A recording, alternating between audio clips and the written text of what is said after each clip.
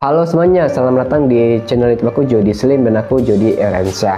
Di video kali ini aku mau menjawab beberapa pertanyaan peserta UTBK yang sering banget ditanya-tanyain, entah itu masalah ruangan ya, masalah tes lokasi ataupun sebagainya. Jadi video ini bisa banget untuk bermanfaat banget buat kalian kalau kalian pengen informasi lebih tentang UTBK biar kalian nanti nggak linglung ya waktu UTBK. Ada aturan-aturannya nanti UTBK ya, jangan sampai kalian melanggar aturan-aturan tersebut. Nah, di sini aku udah banyak pertanyaan teman-teman yang aku ringkas dan aku sudah jawab juga beberapa di sini. Di sini aku bakal bikin rekamannya di sini ya, teman-teman ya. Langsung aja masuk ke pembahasannya. Pertanyaan pertama, katanya kan di ruangan nanti dingin, boleh nggak Kak pakai baju kemeja berkerah tapi dilapisin sweater? Soalnya alergi dingin. Buat kalian yang misalnya alergi dingin, kalian itu bisa pakai baju kaos, teman-teman, baju kaos, terus tuh kalian lapisi dengan kemeja lagi, jadi kan double bajunya, biar nanti kalian tuh bajunya badan kalian hangat teman-teman ya. Dan juga kalau misalnya kalian alergi, kalian bisa minum obat kalian, misalnya antihistamin untuk alergi, biar nggak bentol-bentol gitu, itu kan bisa dipakai. Untuk masalah baju pakaian juga yang perlu kalian ketahui juga, pakaian kita itu harus berkerah teman-temannya. Ya ingat, berkerah, entah itu berkerahnya kerah polos berwarna ataupun kayak baju batik boleh. Kalau kalian mau pakai baju SMA pun sebenarnya boleh, tapi lebih baik jangan sih, nanti kalian bakal diperhatikan oleh banyak orang, malu nanti kalian. Lebih baik pakai baju berkerah yang biasa kayak kemeja gitu, polos pun nggak apa-apa. Oke, pertanyaan berikutnya, boleh nggak pakai celana dasar atau harus pakai rok? Boleh banget. Kalau kalian mau pakai rok silakan, nggak apa-apa. Yang penting itu nggak pakai pakaian yang berbahan jeans ataupun ketat tuh nggak boleh. Dan juga kalau kalian mau pakai rok, pastikan kalian itu adalah seorang perempuan. Jangan sampai laki-laki pakai rok ya teman-teman ya. Nah, yang ketiga, pas UTBK boleh bawa HP nggak Kak untuk nelpon orang tua minta dijemput? Nah, kalian UTBK boleh kok bawa HP, tapi nanti pas waktu ujiannya kalian HP-nya dimasukin ke dalam tas. Tas kalian nanti ditaruh di depan, nggak boleh kalian bawa ke bangku kalian. Yang kalian bawa ke bangku kalian tuh cuman pena, itu aja sih, sama berkas, paling kayak identitas, kartu peserta, itu aja sih sebenarnya.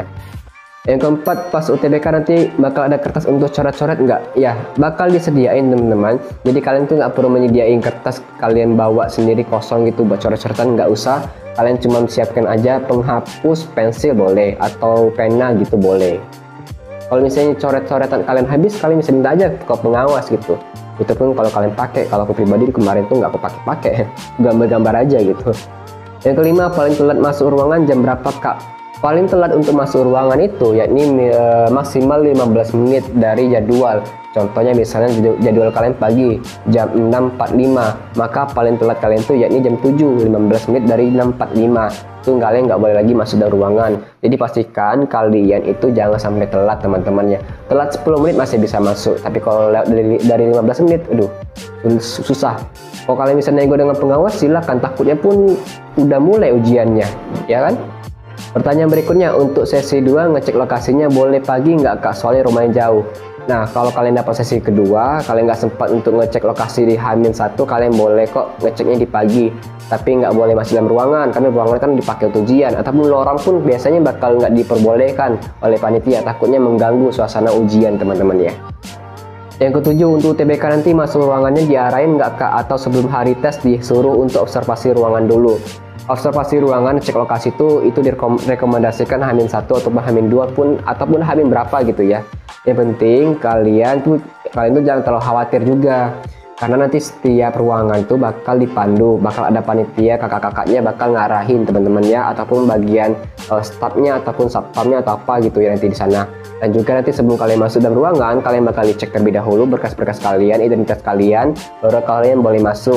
Pas kalian masuk nanti diarahin ke ruangan sini gitu, kayak gitu. Jadi kalian jangan khawatir teman-teman ya. Kak, kalau ngerjain UTBK nggak boleh izin ke WC ya? Iya, kalian nggak boleh izin ke WC. Izin ke WC-nya ketika sebelum ujian dimulai teman-teman. Biasanya nanti panitia atau pengawas bakal memberikan kalian kesempatan untuk ke WC terlebih dahulu, buang hajat, kencing, BAB dan sebagainya. Nanti barulah kalian tuh bisa mengerjakan ujian. Nah, waktu di sela-sela ujian pun nggak ada yang namanya kalian boleh izin ke WC teman-temannya. Nanti ketinggalan waktunya udah mulai, karena kalau suksesnya itu waktunya kalian ngerjakan soal nih, soalnya waktunya udah habis ya bakal ganti nanti subtesnya. Nah, kalau kalian pergi waktunya kehabisan waktu gimana? Kalian belum selesai gitu kan. Soal UTBK tuh diacak ya Bang. mau secontohan. Nah, nggak boleh nyontek-nyontek teman-temannya. Dan soal-soal UTBK itu bakal diacak, bakal random, bakal ada paket-paketnya teman-teman ya. Ada misalnya nanti di sana dapat paket B, di sini dapat paket A. Di sini soal kayak gini nomor 12, tapi di situ soal kayak gini nomor 1. Itu bisa kayak gitu. Itu menghindari namanya contek-contekan. Bahkan bisa aja di sini subtesnya kuantitatif, di sana subtesnya penalaran, itu bisa aja berubah seperti itu. Jadi ini bakal diacak-acak teman-teman ya, nggak bisa nyontek-nyontek ya, kecuali kalau kalian bayar ke pengawas tuh. Berikutnya, Kak, kalau sepatu boleh putih atau boleh pink juga nggak? Boleh, silakan. Kalau kalian mau pakai sepatu warna pink, warna putih, silakan. Yang penting itu kalian bersepatu, jangan nggak pakai sepatu. Sendal pun nggak boleh teman-teman ya. Kalau pakai flat shoes boleh, pantofel boleh gitu. Yang penting nggak pakai sendal ataupun nggak pakai alas kaki, atau cuma pakai kaos kaki doang, nggak pakai sepatu, itu nggak boleh. Untuk yang cewek kalau bercadar boleh dipakai nggak cadarnya? Ya boleh dipakai sebenarnya, tapi nanti biasanya panitia bakal minta suruh buka untuk mengecek benar nggak identitas kamu tuh yang ini gitu, foto sesuai dengan foto, biasanya kayak gitu. Nanti baru dipersilahkan pakai lagi cadarnya, itu bisa kayak gitu. Tapi kalau misalnya nggak diperbolehkan, disuruh lepas, kalian standby-kan aja pakai masker teman-temannya untuk menutupi wajah. Nanti kalau misalnya kalian jelaskan kenapa kayak gini, kalian jelaskan aja filosofis kalian. Saya bercadar seperti ini karena saya menjalankan syariat, gitu aja teman-temannya. Tapi kalau misalnya masih nggak diperbolehkan, nanti wallahualam, kalian berdoa aja lah, semoga aja dipermudah gitu ya. Berikutnya, Kak, kalau misalnya kena flu atau demam ringan pas dia ujian, itu nanti gimana ya Kak? Soalnya kan ketentuan dalam ujiannya badan harus sehat. Apa nggak boleh ikut ujian kalau sakit? Ikut ujian kalau sakit itu sebenarnya boleh-boleh aja selagi kamu masih mampu untuk mengerjakan soal-soal tersebut. Misalnya kamu cuma pilek, cuma batuk doang bisa sih, ataupun demam ringan pun sebenarnya bisa-bisa aja. Yang penting kalian nggak bikin kalian pingsan lah kalau kalian lama-lama duduk ataupun lama-lama kalian ngerjakan soal gitu, nggak bikin kalian pingsan. Tapi saran aku, jaga kesehatan kalian dari sekarang ya. H-2, H-1 tuh jaga kesehatan kalian. Janganlah begadang-begadang supaya kalian ngejar belajar, tempo belajar jangan terlalu seperti itu. Lebih baik kalian tuh istirahatkan aja. Ya santai-santai aja belajarnya kalau misalnya H-1, H-2, H-3 gitu. Jangan terlalu ngepush. Ya, kesehatan kalian tuh lebih penting teman-teman ya. Percuma aja kalau kalian udah belajar, pas hari H kalian sakit ya. Percuma gitu ya. Kak, kalau rumahnya jauh tapi nggak ada saudara mau menginap, survei lokasinya gimana? Dan apakah disediakan penginapannya? Ya, PTN pun nggak bisa menyediakan penginapan buat kalian teman-teman ya. Kalian bisa harus cari kosan harian sendiri gitu. Nggak bisa kalian minta ke PTN atau enggak asrama gitu, nggak bisa gitu teman-teman ya. Jadi usaha sendiri dulu ya. Ataupun kalian bisa cari kenalan-kenalan kalian lewat grup-grup yang seruangan, mungkin mereka punya saudara, kalian bisa numpang di sana gitu. Selama ujian, jam istirahatnya ada nggak?